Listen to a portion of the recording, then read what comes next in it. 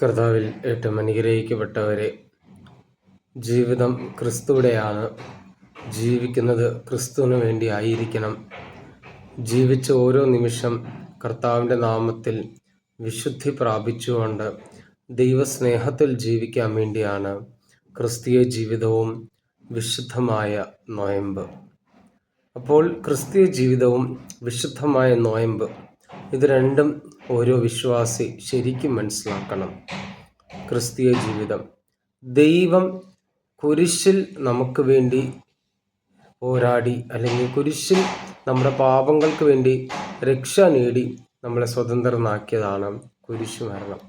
എന്നാൽ അതേ സമയത്ത് നൊയമ്പ് ഈ ദൈവത്തിൻ്റെ ഈ ഒരു ത്യാഗത്തെ സൂചിപ്പിക്കാനും നമ്മുടെ സ്നേഹം കൂടുതലുമായി ദൈവത്തെ കാണിക്കാനും നമ്മൾ ആ സ്നേഹത്തിൽ, ദൈവത്തിൻ്റെ സ്നേഹത്തിൽ ജീവിക്കുന്നവരാണെന്ന് തിരിച്ചറിയാൻ വേണ്ടിയാണ് ഈ നൊയമ്പ് കാലം നമ്മളെ ശക്തിപ്പെടുത്തുന്നത്.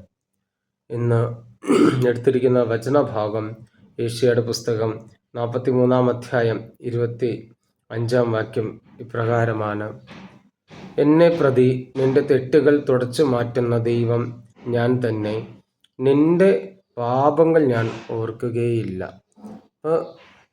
ദൈവം നമ്മുടെ പാപങ്ങളൊന്നും തന്നെ ഓർക്കുന്നില്ല. ദൈവം നമ്മളെ ചേർത്ത് പിടിക്കുകയും ശക്തിപ്പെടുത്തുകയും മാത്രമേ ചെയ്യുന്നുള്ളൂ. ദൈവം ഒരിക്കലും നമ്മുടെ പാപങ്ങളൊന്നും ഓർക്കാൻ ദൈവം ആഗ്രഹിക്കുന്നില്ല. മനുഷ്യൻ പാപം ചെയ്തു, മനുഷ്യൻ പാപത്തിൽ ജീവിക്കുന്നുണ്ട്. പക്ഷെ ആ പാപത്തിൻ്റെ സുഖത്തിൽ നിന്ന് മനുഷ്യൻ പുറത്തേക്ക് കടന്നു വരണം എന്നാണ് ഏറ്റവും വലിയൊരു സത്യം. നമ്മൾ ആദ്യമേ മനസ്സിലാക്കുക, what is the burden of sin. നമ്മൾ മനസ്സിലാക്കുക, ബേർഡൻ ഓഫ് സിൻ, അതായത് നമുക്ക് അറിയാം, ദൈവത്തിൻ്റെ മക്കള് വേദനയിലും സങ്കടത്തിൽ ജീവിക്കുന്നതിന് ദൈവത്തിന് ഇഷ്ടപ്പെടത്തില്ല. ദൈവത്തിൻ്റെ മക്കൾ ആരായാലും അവരാരും സങ്കടത്തിലും ഭാരത്തിലും ജീവിക്കാൻ പാടില്ല. അവർ സ്വതന്ത്രനായി അവർ വിശുദ്ധിയിൽ ജീവിക്കാനാണ് ദൈവം ആഗ്രഹിക്കുന്നത്. അതുകൊണ്ട് ദൈവത്തിൻ്റെ മക്കൾ ആരും പാപത്തിൽ ജീവിക്കേണ്ട ആവശ്യമില്ല. പാപത്തിൻ്റെ ഒരു ഗിൽട്ട് ഫീലിംഗ് ആയി ജീവിക്കേണ്ട ആവശ്യമില്ല. നൊയമ്പ് എന്നൊരു സമയം എപ്പോഴും ദൈവത്തിലേക്ക് ചേരാനും ദൈവത്തിന് അനുഗ്രഹം പ്രാപിക്കാൻ വേണ്ടി ഒരു സമയമാണ് നമ്മൾ തിരിച്ചറിയണം.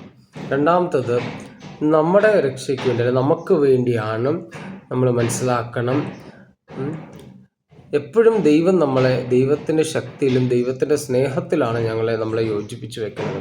അപ്പം നമുക്ക് വേണ്ടി ദൈവം നമ്മളോട് പാപം ക്ഷമിക്കുമ്പോൾ വീണ്ടും വീണ്ടും ദൈവം നമ്മളെ സ്നേഹിക്കുകയും വീണ്ടും ദൈവം നമ്മളെ സംരക്ഷിക്കുകയും ചെയ്യുകയാണ് ചെയ്യുന്നത്. അപ്പോൾ ദൈവം നമ്മളെ പാപത്തിൽ തുടരാൻ ദൈവം സമ്മതിക്കത്തില്ല. അതേസമയത്ത് ദൈവം നമ്മളെ രക്ഷിക്കുകയാണ് ചെയ്യുന്നത്. എന്നാൽ നമുക്ക് മനസ്സിലാക്കേണ്ട ഒരു കാര്യമുണ്ട്.